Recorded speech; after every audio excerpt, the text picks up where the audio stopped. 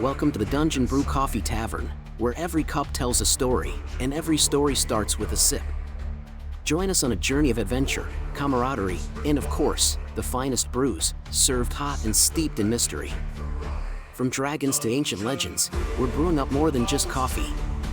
Today's tale begins with the fire crackling, the mugs full, and the stories are still questionable at best. Today, our unlikely adventurers continue their wildly entertaining tales that may or may not be true.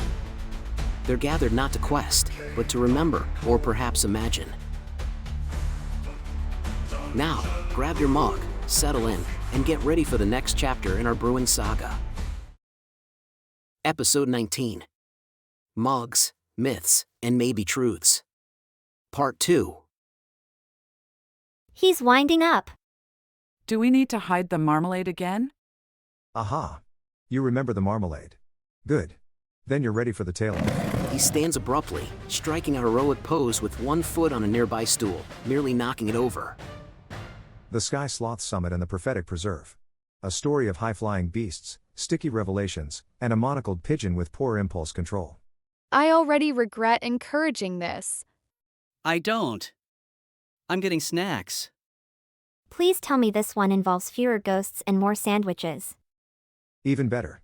This one has a sentient breakfast that knew too much. The tavern dims slightly as the fire crackles and Bradicus begins, the mood just the right blend of ridiculous and mysterious.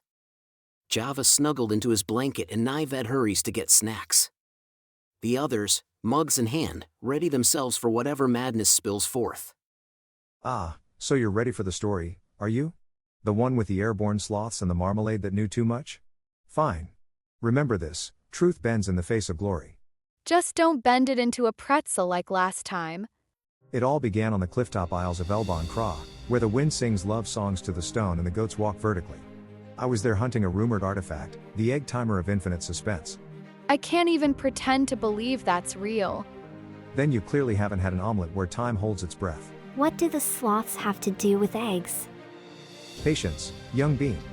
For high above the cliffs live the sky sloths, beasts of immense wisdom, moving at the speed of narrative convenience. They hang from clouds and drop only when destiny demands it. That sounds majestic, actually. They descended that day. All 5 of them. In perfect formation. Screaming. Very slowly. Wait, they screamed slowly? Like a drawn-out sneeze from the heavens.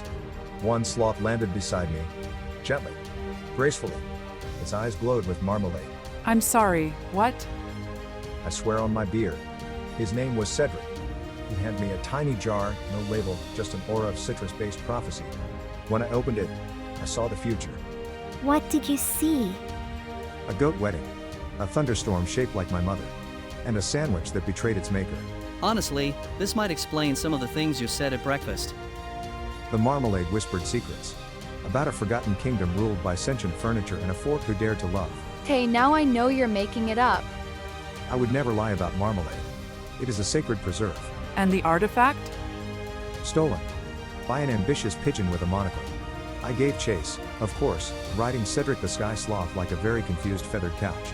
Cedric could fly? With the power of destiny and a conveniently placed updraft. And did you catch the pigeon? No. But I forgave him. His monocle was fogged with sorrow. I have no follow-up for that. And that, my dear friends, is why I never underestimate a sloth, a sandwich, or a spoon that tells riddles. May your marmalades always be true. He bows deeply. They erupt into laughter, groans, and applause, because, of course, they do. Nived, looking thoughtful, sets down his mug of warm cider with flair. All right. My turn. The others turn. Bradicus grins and settles in. Java bounces slightly in his seat. So, this happened during the festival of flaming turnips, back in the village of Bonder's Hollow. Wait, that's real. I went to that once. Turnips explode. Exactly. Which made it the perfect place to hide stolen contraband. Oh ho. Contraband turnips? No! Spiced socks. Like warm socks with cinnamon? No! Socks infused with illegal spices. Some say nutmeg. Others whisper turmeric. That's not illegal anywhere. Anyway, I was undercover, disguised as an apprentice pickler. My job? Track the spice runner. Codename Mr. Mustard. Bradicus snorts cider out his nose and Patches giggles behind her mug. I traced the shipment to a suspicious windmill. It creaked even when there was no wind. And the sail spun counterclockwise. Counterclockwise. Oh no. Not counterclockwise. Inside, it smelled like paprika and secrets. And I found them. 5 socks. Hanging from the rafters. Still warm. Still humming. What were they humming? Baby got brack. What does that mean? It means this story's incredible. Continue. So I reached for one, but the floorboards whispered, "Don't." Wait. They talked? Well, yes. Just once. I think it was a warning. Or indigestion. Not sure. Lad, if it didn't bite you or turn into a bureaucrat, you're still ahead. I grabbed the socks anyway and made a break for it, only to be chased by a sentient gust of cumin wind. It howled in 16 languages and knocked over 2 goats and a ceremonial pickle cart. You did go to the festival. That's totally something that would happen. And I may have slipped on an onion and fallen into the mayor's bath barrel. Was it warm? No. It was pickled.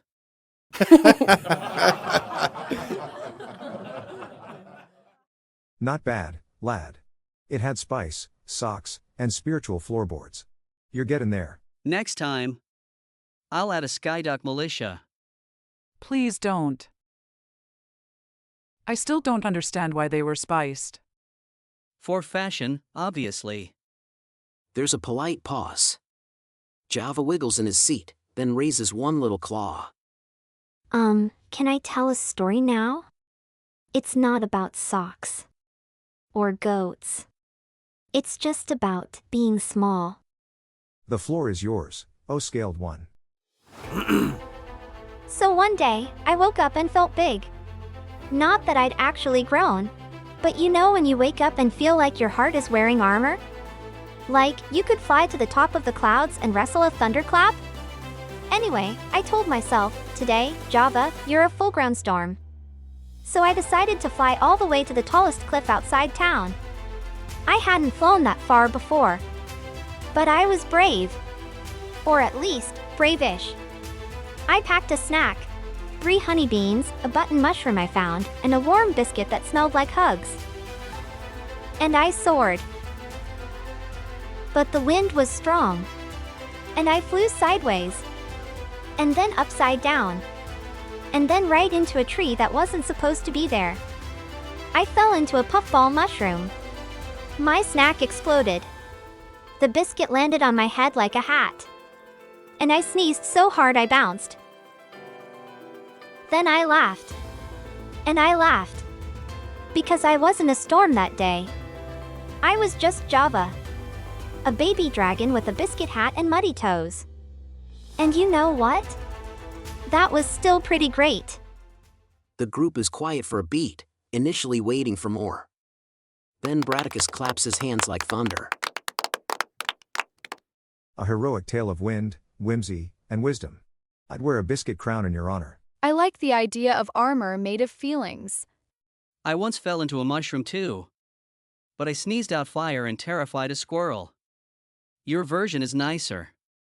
You're just right, Java. Big hearts make fine wings. Java beams, curling his tail around his cup.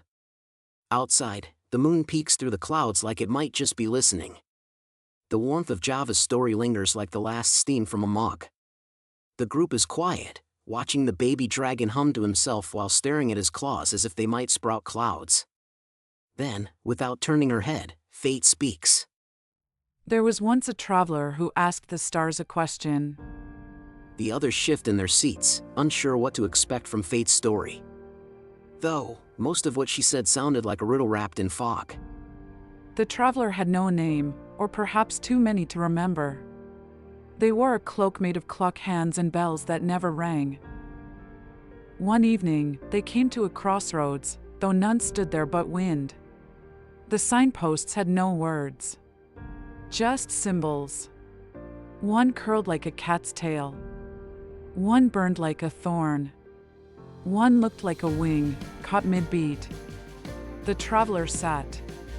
They waited, not for guidance, but for silence. And in that silence, something fell. A feather.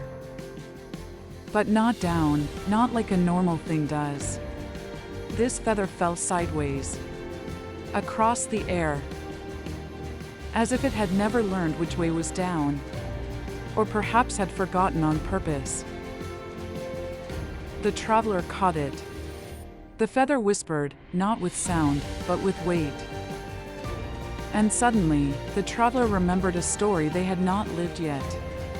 A tavern, a cat, a dragon or two, a warrior with crumbs in his beard, laughter thick as stew, shadows coiled beneath floorboards, magic in mugs, a pantry that breathed, and most of all,